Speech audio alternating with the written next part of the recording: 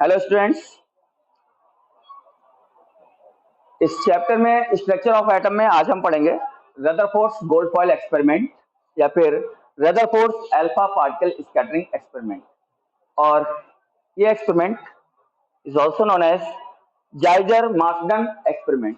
Actually this experiment is done by the Geiger Marsden, ठीक है, the students of Rutherford इस experiment को direct कर रहे थे, उनके डायरेक्शन में चल रहा था ये एक्सपेरिमेंट और उन्हीं के अंडर चल रहा था। और ये जाइजर मार्सडन थे, ये एक्सपेरिमेंट को परफॉर्म कर रहे थे, ठीक है। जाइजर मार्सडन क्या कर रहे थे? एक्सपेरिमेंट को परफॉर्म कर रहे थे। स्टूडेंट थे किसके? रदरफोर्ड के। किसके स्टूडेंट थे? रदरफोर्ड के। तो इसलिए इस एक्सपेरिमेंट को जाइजर मार्सडन एक्सपेरिमेंट भी बोलते हैं, ठीक है। जाइजर मार्सडन एक्सपेरिमेंट भी बोलते हैं इसको। So this experiment needs the discovery of nucleus. एक गोल्ड फॉइल पे एक्सपेरिमेंट किया। एक्चुअली एक साथ गोल्ड फॉइल पे नहीं किया, मतलब वो मेटल्स की शीट पर, मेटल्स की डिफरेंट मेटल, एल्यूमिनियम ले लिया, कोई और मेटल ले लिया, सिल्वर ले लिया, गोल्ड ले लिया, तो इस तरह कई सारी मेटल्स की शीट पर क्या कर रहे थे? बम्बार्डिंग कर रहे थे अल्फा पार्टिकल्स की। डिस्कवरी करी थी अल्फा पार्टिकल की किसने? रदरफोर्ड ने। अल्फा पार्टिकल से अवेयर हुए थे लोग, तो अल्फा पार्टिकल की बम्बार्डिंग करके देख रहे थे गोल्ड फॉइल पर, मतलब बहुत सारी मेटल्स पर। तो उसी में गोल्ड फॉइल पर भी एक्सपेरिमेंट किया और जिसमें उनको बहुत अच्छे रिजल्ट्स मिले। तो वही गोल्ड फॉइल एक्सपेरिमेंट एक सक्सेसफुल एक्सपेरिमेंट है जिससे न्यूक्लियस की डिस्कवरी हुई। तो एक साथ गोल्ड पर ही नहीं किया, तो उन्होंने और भी मेटल्स पर था, ठीक है, बहुत सारी मेटल्स पर एक्सपेरिमेंट किया था। So now we are going to start Rutherford's gold foil experiment. What was the Rutherford's gold foil experiment? अच्छा, इससे पहले मैं आपको ये भी बता दूं कि अल्फा पार्टिकल्स क्या हैं, जो मैं आपको नाम दे रहा हूं alpha particles. What are alpha particles? तो alpha particles the nucleus of helium. जैसे हीलियम एटम के अंदर 2 इलेक्ट्रॉन्स होते हैं। हीलियम एटम में कितने इलेक्ट्रॉन्स होते हैं? 2 इलेक्ट्रॉन्स होते हैं। और उसका स्ट्रक्चर कुछ न्यूट्रॉन्स, प्रोटॉन्स, इसमें 2 न्यूट्रॉन्स 2 प्रोटॉन्स और इसके ऑर्बिट में होंगे 2 इलेक्ट्रॉन्स। अगर इन इलेक्ट्रॉन्स को निकाल दें तो इसके बाद जो स्ट्रक्चर बचेगा ये वाला nucleus of helium. Nucleus of helium इसी को बोलते हैं अल्फा पार्टिकल। क्या कैरेक्टरिस्टिक्स है इसकी अल्फा पार्टिकल की? इस पर 2 unit positive charge and 4 unit mass होगा। ये 2 प्रोटॉन्स 2 न्यूट्रॉन्स हैं इसमें, तो 4 यूनिट मास होगा इसमें और 2 यूनिट पॉजिटिव चार्ज होगा, ठीक है। तो ये कैरेक्टरिस्टिक है किसकी? अल्फा पार्टिकल की। Basically what are alpha particles? Nucleus of helium atoms, ठीक है, हीलियम के न्यूक्लियस हैं। वैसे तो ये अल्फा पार्टिकल्स प्रोड्यूस होंगे बहुत सारे मेटल्स, जो भी एलिमेंट्स हैं, और radio active elements like radon, radium, ठीक है, पोलोनियम, थोरियम, ये रेडियो एक्टिव एलिमेंट्स से अल्फा पार्टिकल्स प्रोड्यूस होते हैं। बहुत सारी रेज निकलती हैं अल्फा बीटा गामा, तो उसमें अल्फा पार्टिकल्स प्रोड्यूस होते हैं। तो इन्होंने इन्हीं अल्फा पार्टिकल्स की हेल्प से और गोल्ड फॉइल के ऊपर बम्बार्डिंग करके न्यूक्लियस की डिस्कवरी की। देखते हैं क्या है एक्सपेरिमेंट। तो यहां पर एक सोर्स ले लिया ऐसा जिससे अल्फा पार्टिकल्स रिलीज होंगे।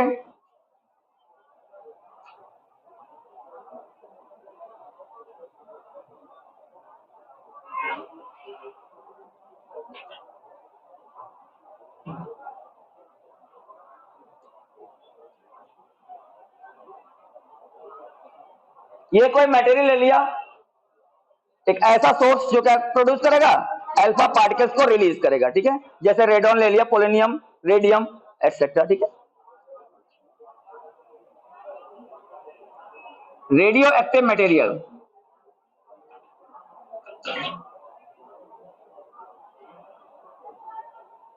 मतलब सोर्स ऑफ अल्फा पार्टिकल्स, ठीक है।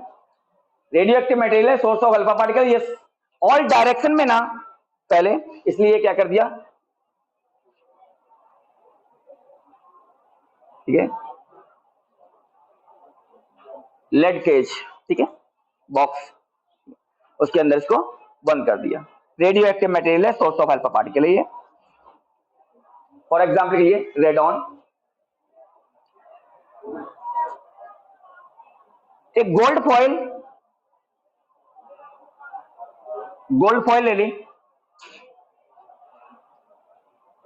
और इसके चारों तरफ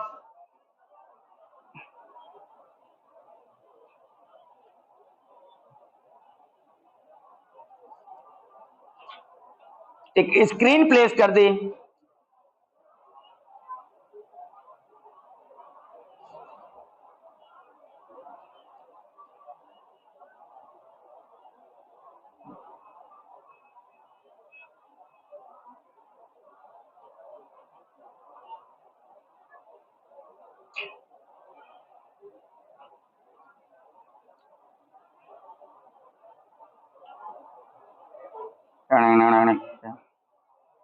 ये देखो स्क्रीन वाली, ये स्क्रीन, अगर कोई चार्ज पार्टिकल इस पर टकराएगा तो क्या प्रोड्यूस करेगा? ग्लो, ग्लो प्रोड्यूस करेगी स्क्रीन, ठीक है।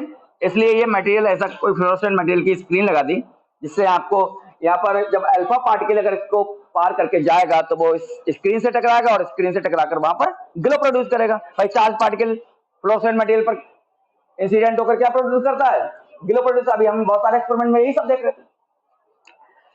तो यहां से ये गोल्ड फॉइल है, नोट कर दो, गोल्ड फॉइल।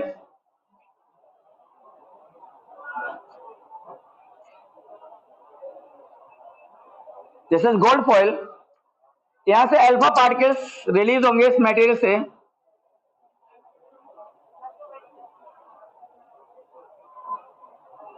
बहुत सारे अल्फा पार्टिकल्स,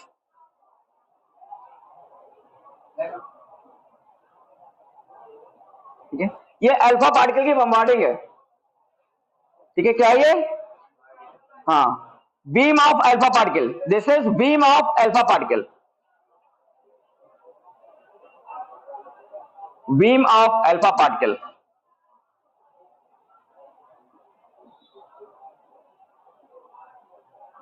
अल्फा पार्टिकल्स की बीम हो गई। ये बीम इस गोल्ड फॉइल से पास होगी। बीम क्या होगी? गोल्ड फॉइल से पास होगी।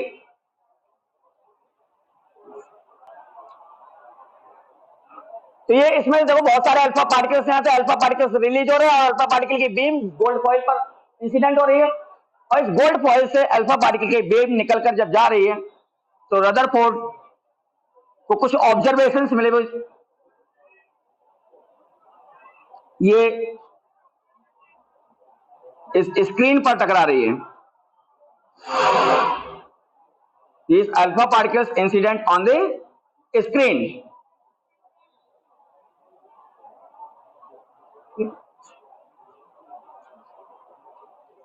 ये देखो, ये गोल्ड फॉइल से पार निकल गए, ये पार्टिकल्स नहीं, ये गोल्ड फॉइल से पार निकल गए और ये ग्लो प्रोड्यूस करेंगे यहां पर।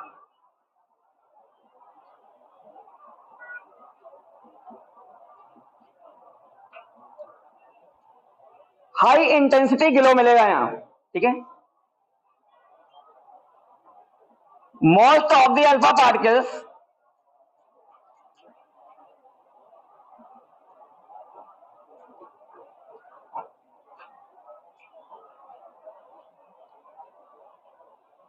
पास straight, most of the alpha particle pass straight through the gold foil, ठीक है। ज्यादा से ज्यादा अल्फा पार्टिकल्स क्या थे? सीधे निकल गए और इन्होंने क्या क्या प्रोड्यूस किया?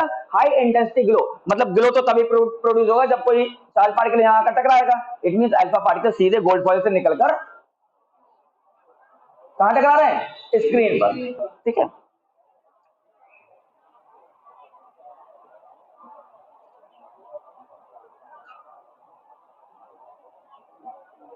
Producing high intensity glow. इसी से पता लगा कि ये बहुत सारे अल्फा पार्टिकल्स यहां सीधे टकरा रहे हैं। लेकिन कुछ अल्फा पार्टिकल्स ऐसे भी थे, जैसे कि आ तो इस डायरेक्शन में है और इस डायरेक्शन में अगर पार निकलेंगे तो यहीं आके टकरा जाएंगे। लेकिन कुछ alpha particles, very few alpha particles ऐसे भी थे जो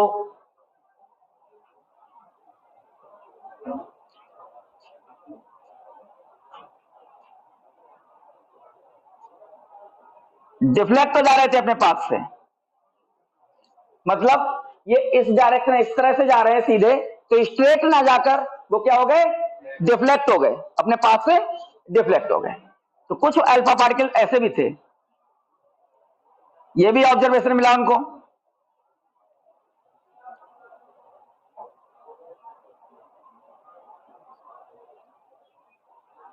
ठीक है, कुछ अल्फा पार्टिकल्स ऐसे थे जो स्क्रीन पर सीधे उस जो जहां से सोर्स है, सोर्स के डायरेक्शन में ना टकराकर कहीं इधर उधर जाके टकरा रहे थे। इसका मतलब वो डिफ्लेक्ट हो रहे होंगे, उनको कोई डिफ्लेक्ट कर रहा होगा। ठीक है, तो ये अल्फा पार्टिकल्स ऐसे हैं।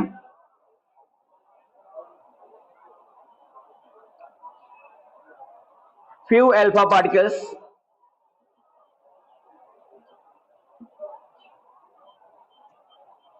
deflected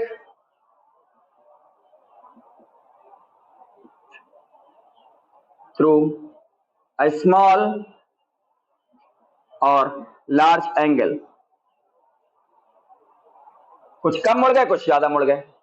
कुछ अल्फा पार्टिकल जैसे ये है, ये अल्फा पार्टिकल्स ऐसे थे जो स्ट्रेट ना जाकर क्या हुए, डिफ्लेक्ट हो गए अपने पास से। ठीक है, इसी में बहुत बहुत कम, very very few alpha particles ऐसे भी थे जो रीबाउंड हो गए। क्या हो गए, रीबाउंड।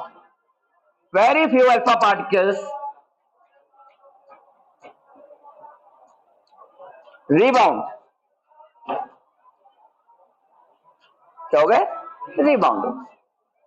तो ये a very few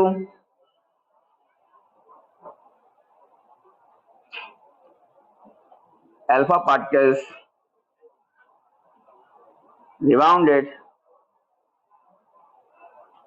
along the same path, along the same path,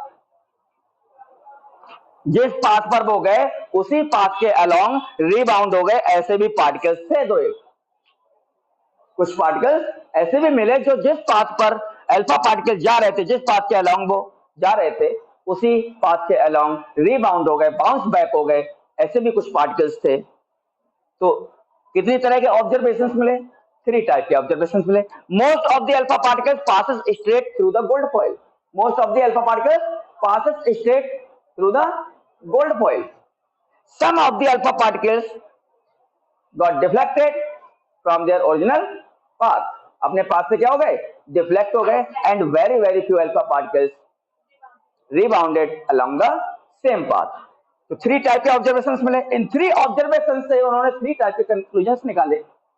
और ये एक्सपेरिमेंट का एक और डायग्राम मैं आपको बना रहा हूं जो आपकी बुक में बना हुआ है।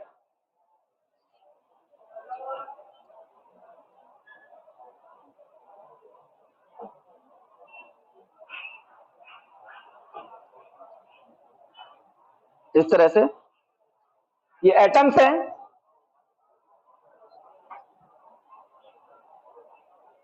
मतलब फॉइल बहुत थिन फॉइल है, बहुत थिन फॉइल है। इसी को थोड़ा क्या करो, जूम कर लो, थोड़ा आंखों में जूम करो इसको। अगर हम इस फॉइल को थोड़ा सा पीस लें इसका, तो हम इस तरह से देखते हैं कि वो एटम्स होंगे और एटम्स में पास हो रही होगी बीम। ठीक है, अल्फा पार्टिकल्स की बीम। ठीक है, ये अल्फा पार्टिकल्स की बीम है। पॉजिटिव चार्ज डबली पॉजिटिव होगी,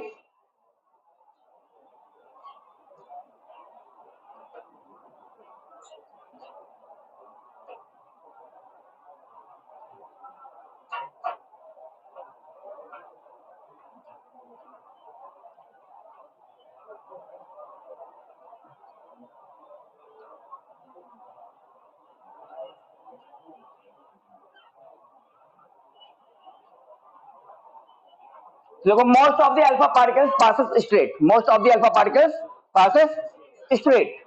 इसका क्या मतलब है, most of the alpha particles passes straight.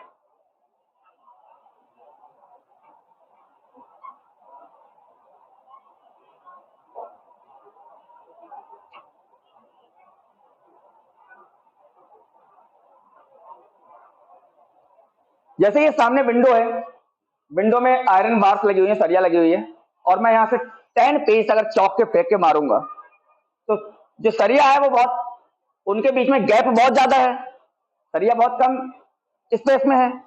तो मोस्टली अगर मैं यहाँ से 10 चौक मारूं, मोस्टली जो चौक पीसेस हैं वो क्या होंगे, स्ट्रेट निकल जाएंगे विदाउट एनी कोलाइजन, ठीक है, स्ट्रेट निकल जाएंगे सीधे।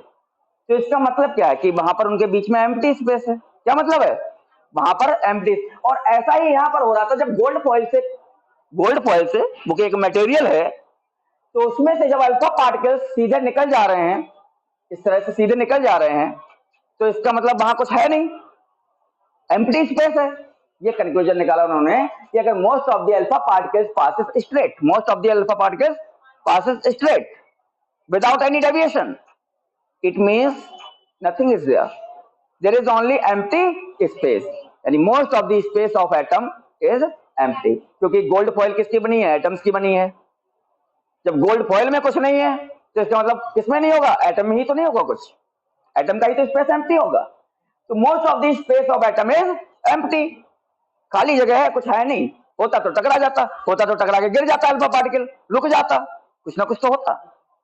मतलब उनको रोका ही नहीं किसी ने, रोकेगा कौन नहीं, जब कुछ होगा नहीं तभी तो नहीं रुकेगा। तो इसका मतलब most of the space of atom is empty, ठीक है। एक तो कंक्लूजन ये निकला कि most of the space of atom is empty because most of the alpha particles passes straight without any deflection.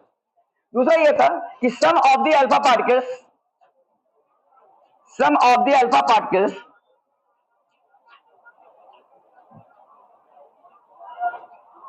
देखो इस तरह से डिफ्लेक्शन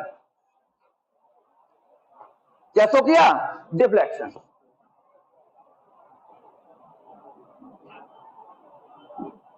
इस तरह से। तो ये कुछ अल्फा पार्टिकल्स ऐसे भी थे जो क्या होगा, डिफ्लेक्ट हो रहे थे, जो क्या हो रहे थे, अपने पास से डिफ्लेक्ट हो रहे थे। क्यों डिफ्लेक्ट होंगे, क्योंकि अल्फा पार्टिकल है पॉजिटिव, अल्फा पार्टिकल कैसा है, पॉजिटिवली चार्ज है, और पॉजिटिव को जो डिफ्लेक्ट करेगा वो कौन होगा, पॉजिटिव ही रिपेल करता है। पॉजिटिव को कौन रिपेल करता है, इसका मतलब है somewhere there is a positive charge inside the atom. अरे ऐसे ये कहीं पॉजिटिव चार्ज रखा हुआ है और यहां से अगर पॉजिटिव चार्ज दूसरा जाएगा तो इसके रास्ते से इधर उधर भागेगा। अरे दो मैग्नेट, अगर मैग्नेट के सेम पोल हम पास में लाते हैं, लाने की कोशिश करते हैं, तो क्या होता है, वो इधर उधर भागने की कोशिश करता है नहीं। जैसे ये एक मैग्नेट है, दूसरा सेम पोल लेके आएंगे तो कभी इधर हो जाएगा, कभी इधर हो जाएगा, लेकिन उनको चिपका नहीं पाओगे आप, ऐसा होता नहीं। तो यहाँ भी ऐसे समझ लो, ये पॉजिटिव चार्ज यहाँ रखा हुआ है, दूसरा पॉजिटिव चार्ज ये जा रहा है ऐसे, तो ये वाला पॉजिटिव चार्ज इसको रिपेल करेगा नहीं, रिपेल करेगा ना, तो इसको दूर भगाएगा, यही कारण रहा होगा। इसी से उन्होंने आइडिया लगाया कि इसका मतलब है somewhere there is a positive charge inside the atom, वहां पर क्या होगा, कहीं ना कहीं एटम के अंदर एक पॉजिटिव चार्ज होगा, एटम के अंदर पॉजिटिव। अच्छा ये पॉजिटिव चार्ज भी उन्होंने ये भी बोला कि ये पॉजिटिव चार्ज जो होगा ये बहुत थोड़ी सी जगह में होगा, इसमें होगा बहुत थोड़ी सी जगह में होगा, बहुत स्मॉल स्पेस में होगा।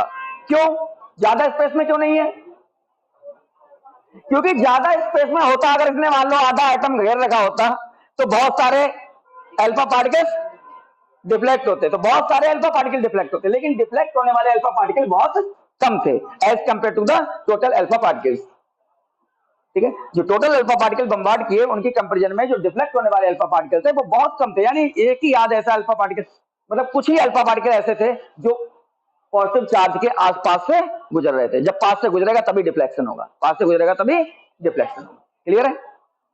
तो इसका मतलब somewhere there is a positive charge inside the atom and that positive charge is in very small space, वो पॉजिटिव चार्ज कहां होगा, बहुत स्मॉल स्पेस में होगा। अच्छा थर्ड ऑब्जर्वेशन क्या था, उसका भी कंक्लूजन देख लेते हैं। थर्ड ऑब्जर्वेशन ये है कि a very very few alpha particles rebounded, जैसे अगर कोई अल्फा पार्टिकल डायरेक्ट सीधे जाके उस पॉजिटिव चार्ज से टकराएगा तो क्या होगा, रिबाउंड हो जाएगा, क्या होगा, रिबाउंड हो जाएगा, रिबाउंडेड अल्फा पार्टिकल। और ये कैसा है,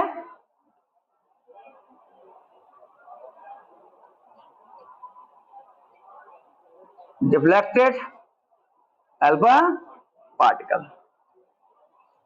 ये रिबाउंडेड अल्फा पार्टिकल है। तो उन्होंने ये कंक्लूजन निकाला कि इसका मतलब जो अल्फा पार्टिकल वापस आ गया टकरा के, वो किसी हार्ड चीज से टकराया होगा। जैसे अगर मैं एक बॉल लूं, बॉल को इस दीवार पर फेंक के मारूं तो वो रिबाउंड होके वापस आती है।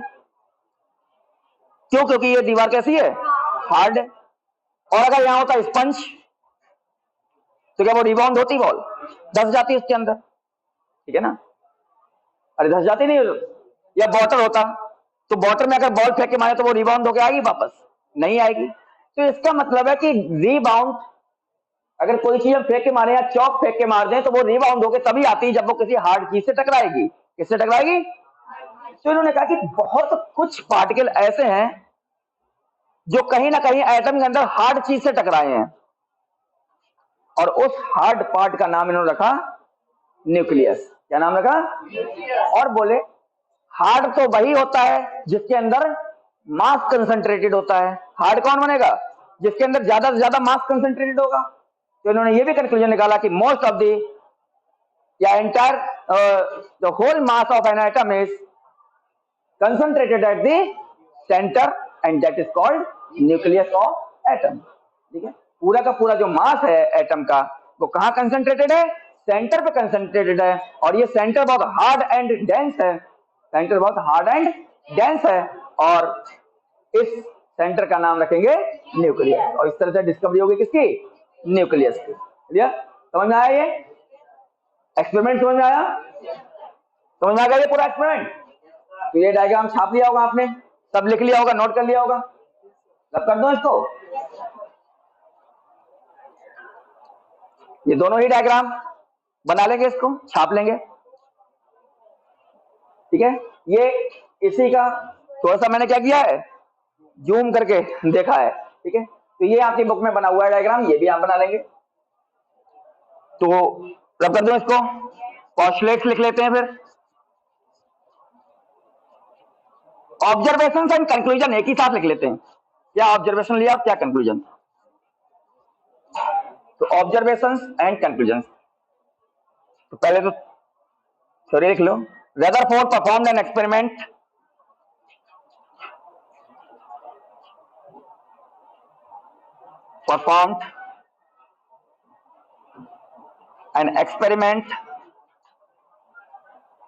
by bombarding of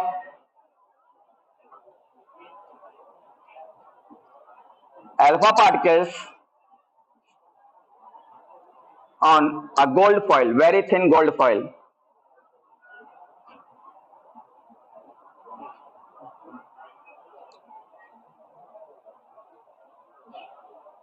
And took the following observations.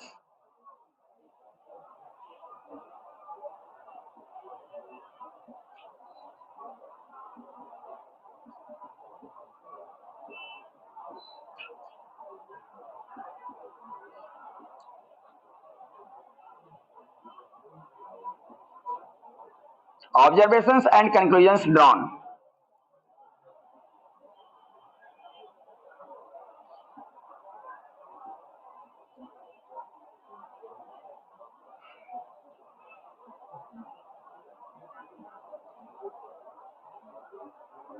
First observation क्या था, पता होगा आपको? अब क्या first observation? Yes, most of the alpha particle passes straight through the gold foil. What was the conclusion?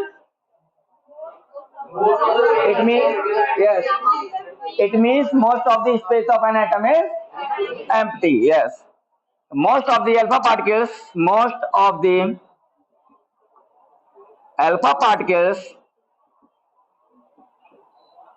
pass straight. It means most of the space of an atom is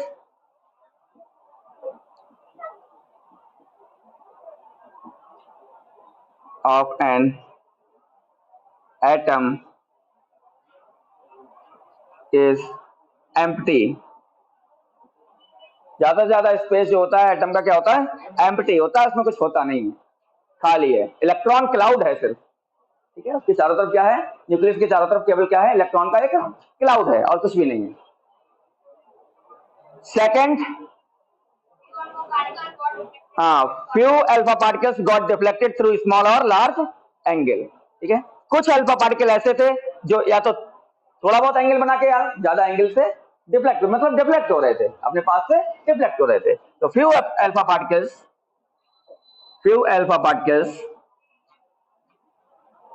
got deflected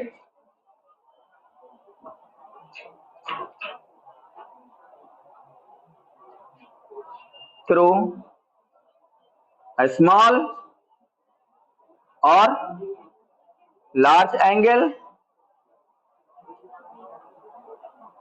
means what it means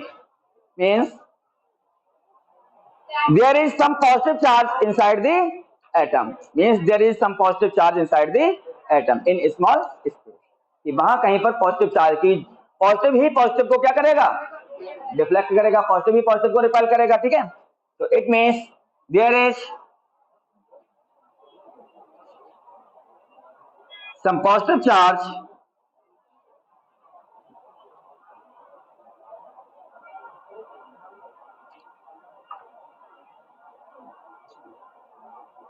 inside the atom in a small space. ठीक, and third postulate, a very few alpha particles, very few alpha particles rebounded along the same path. It means the center is very hard and dense. There is a center which is very hard and dense called nucleus. क्या बोलेंगे, nucleus. Very few alpha particles rebounded along the same path,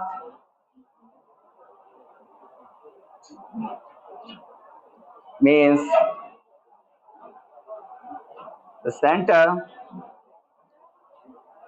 is very hard and dense called nucleus of atom. और finally nucleus की discovery हो गई। So note down these postulates or observations and conclusions drawn by the Rutherford from the gold foil experiment, and this experiment is also known as Geiser-Marsden experiment.